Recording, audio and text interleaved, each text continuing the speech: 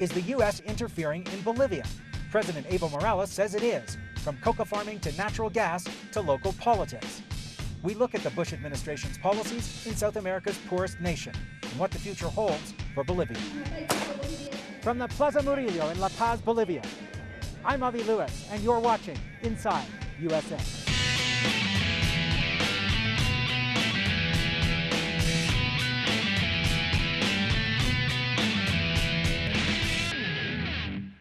Bolivia is a classic case of the resource curse.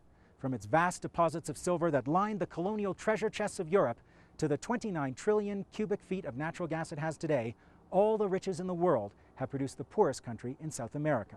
But Bolivia today is in the midst of historic changes. Its first indigenous president, Evo Morales, was swept to power in a landslide in 2005 and immediately went after multinational oil companies, forcing them to hand over much more of their profits to the government.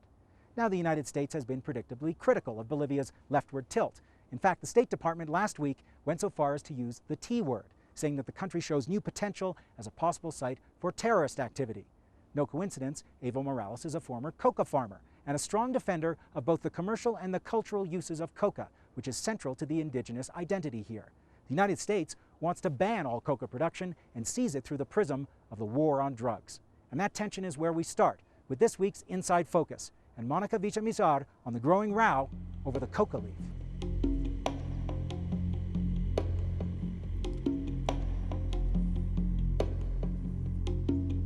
A site like this is exactly what the Bush administration does not want to see. For these are coca leaves, the raw material which, when processed chemically, turns into cocaine. It is a leaf that symbolizes a massive Washington foreign policy failure. Here in Bolivia, the coca plant is intrinsically linked to these people's way of life. In the region of Los Yungas, in the foothills of the Andes, tens of thousands of families depend on the coca crop to survive. Chewing the leaf is also a traditional way of life. Exactamente, nosotros cultivamos la coca porque es el único medio. We grow the coca because it's the only way we have to survive. No hay otra planta que lo. But the fortune of the coca plant is at a crossroads in Bolivia. The United States has spent billions to stop the cultivation of the coca plant, and that has brought Washington into conflict with Bolivia's president Evo Morales, himself once a coca farmer. Back in 1988, under pressure from the US, Bolivia criminalized coca. Production of the lucrative crop plunged, wiping over $500 million off the economy. Coca farmers led by Morales protested, with often fatal consequences. Nervous of the political momentum a left-wing indigenous coca farmer was gaining, America attempted to discredit Morales. But his popularity soared, and in 2005, he became the first indigenous president.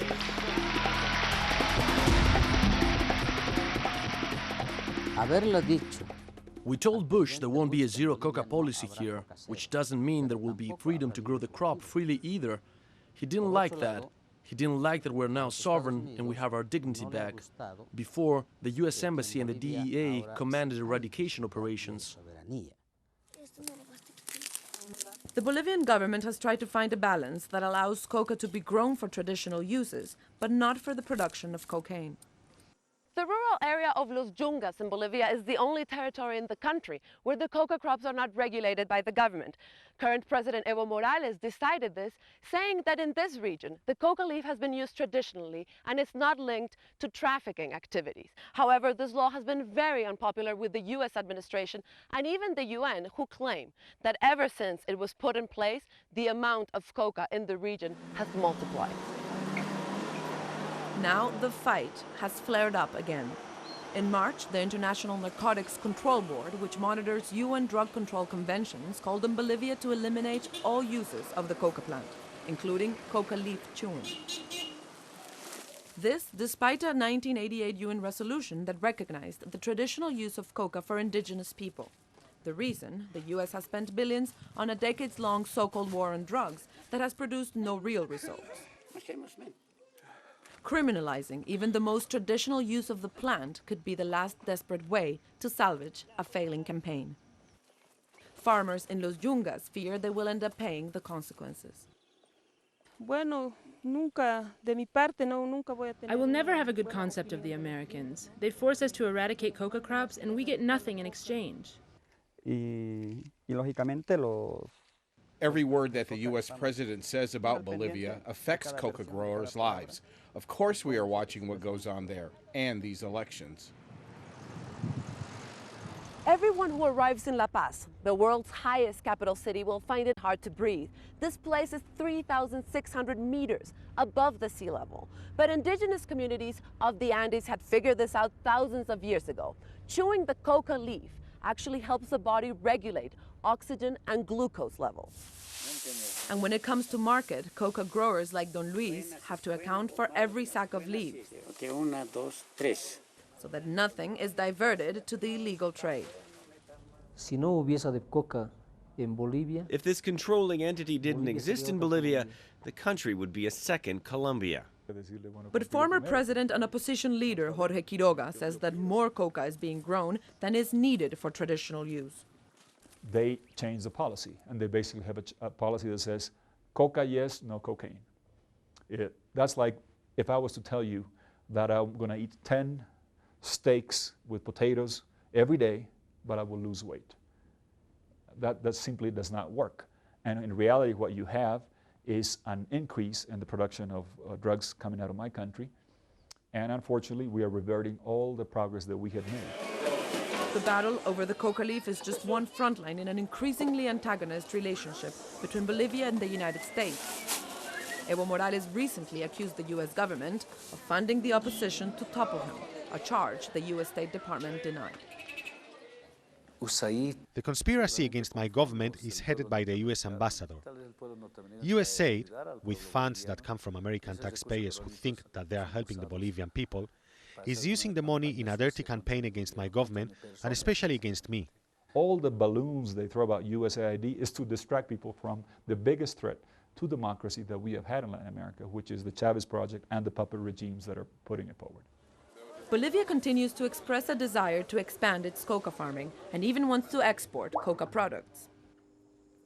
The Bush administration has warned that exporting those products would put Bolivia in violation of its international agreements and risk tens of millions of dollars in U.S. aid.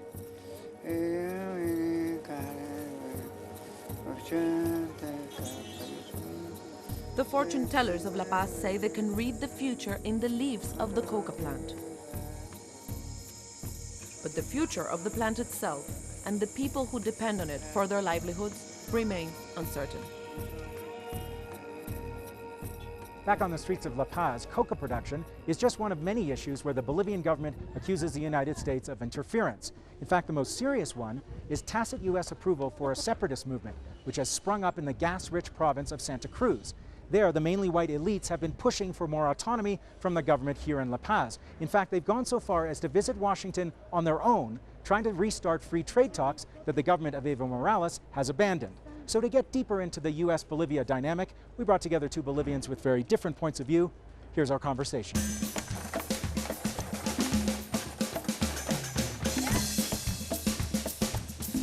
Silvia Rivera is a sociologist and activist who's an expert on the history of indigenous struggles in Bolivia.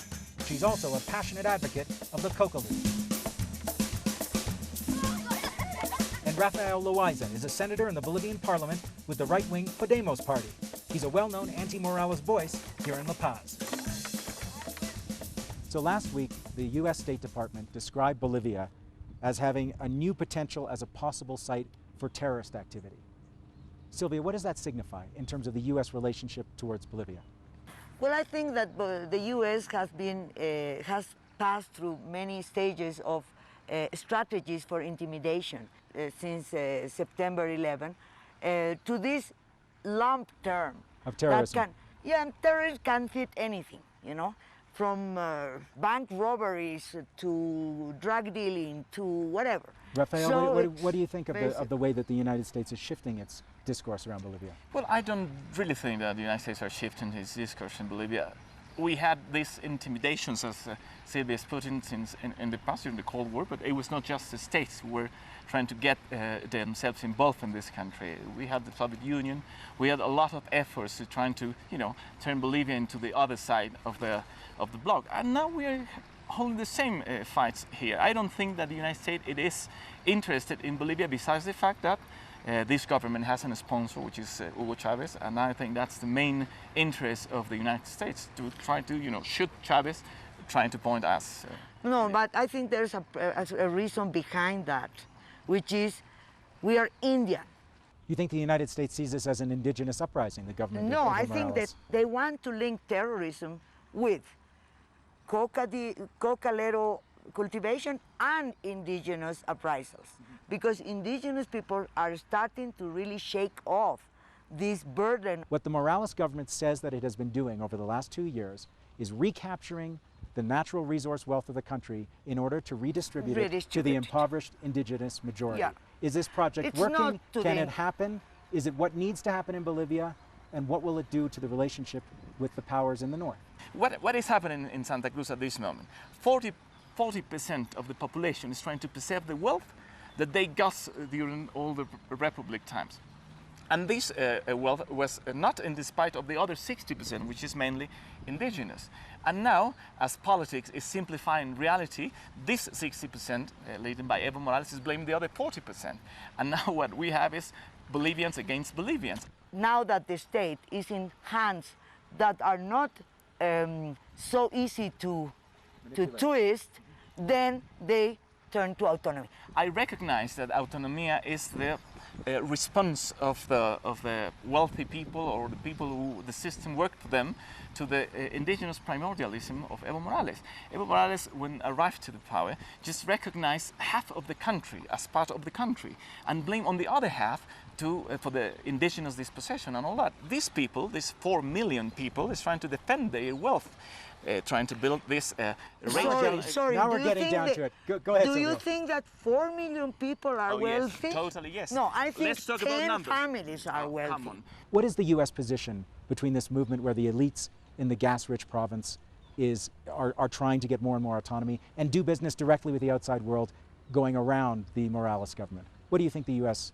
action is? I think politics is dividing the country, not the external politics. Well, as always, United States does the things after studying very well the internal contradictions. They are not new in this business, and so they know how to exploit the internal contradictions. And I think this is a long-term process. It is not for tomorrow. Yeah. So I think they are just trying to put some fuel in the fire so that things are much more excessively polarized. I think that this country was broken since the beginning, and I think that our main enemy is not the United States, not Venezuela, it was not the Soviet Union in the past, is poverty. And we have to focus on working on poverty. I don't think it's going to be for good. And I agree, the Washington consensus failed, but that failure led us to believe that the economic model was the problem. And now Evo Morales is struggling, trying to change something that he cannot change. He has to live with that, and he is facing that reality. So are you saying that the United States is just sitting back and watching this process? I think so. I think so. At this moment, it is doing that. That's very naive. Yeah. What do you think is happening? Because I know a little bit of history, and I know of the interventions, and I don't know why they should stop intervening. They intervene through multilateral organizations, and they intervene ideologically too. There is a big fundamentalism about Western culture, Western science, and I think Evo Morales can be the beginning of a change, because I think of change in an indigenous term. I think of Pachacuti, which is turning the world upside down, and showing what was hidden for centuries. And in that sense, I think that this is only the beginning. I have rejected other people to own my destiny. That's a real last word. Thank you for talking to us today. Thanks. Thank you. Thanks to you too. Coming up on Inside USA, more from La Paz, Bolivia, as we continue our look at Latin America's newfound defiance towards the United States.